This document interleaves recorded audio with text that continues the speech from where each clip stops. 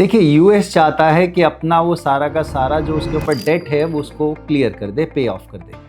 और उसको पे ऑफ करने के लिए मेरी नज़र में वो चाह रहा है कि क्रिप्टो करेंसी को उसका सहारा बनाए।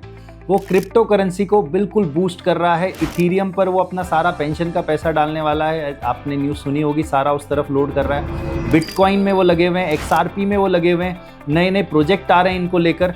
तो यूएस क्या चाहता है कि क्रिप्टो करेंसी को बूस्ट करे और वहाँ से वो अपना कुछ ना कुछ जुगाड़ निकाले और अपना डेट को पे ऑफ करे।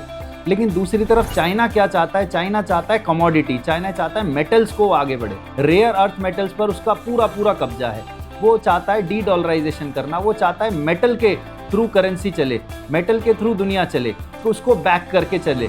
तो देखिए, दोनों की आपस में वॉर लगी हुई है। अगर यूएस ने गोल्ड बेच दिया तो सारा का सारा गोल्ड वापस बहुत धड़ाशायी हो जाएगा, क्रैश कर जाएगा, 90% तक प्राइस उसके टूट सकते हैं। लेकिन वहीं पर चाइना भी बहुत होशियार है। चाइना बिटकॉइन को गिरा सकता है। चाइना के पास बहुत बड़ा बिटकॉइन का होल्ड है, उसके ऊपर है। तो देखिए, यही टसल दोनों के बीच में चल रही है और इसी वजह से दुनिया डरी हुई है। जो होशियार लोग हैं वो इसी वजह से डरे हुए हैं कि यार कभी भी दोनों चीजें क्रैश कर सकती हैं एक साथ। अगर क्रिप्टो करेंसी क्रैश हुआ, मेटल स्टॉक क्रैश हुए, तो भैया दुनिया की सारे के सारे स्टॉक मार्केट क्रैश हो सकते हैं। तो मेरी नज़र में अगर ऐसा कुछ हुआ, जैसा कि दुनिया में चल रहा है, जैसा कि कुछ दिख रहा है, तो बहुत बड़ा क्रैश हो सकता है। ये सदी का सबसे बड़ा क्रैश आ सकता है और इसके बाद तो भैया इसको रिकवर करने में कई साल लग जाएंगे। तो ऐसा होना नहीं चाहिए। देखिए, ऐसा ना हो वही अच्छा है, सबके लिए वही अच्छा है।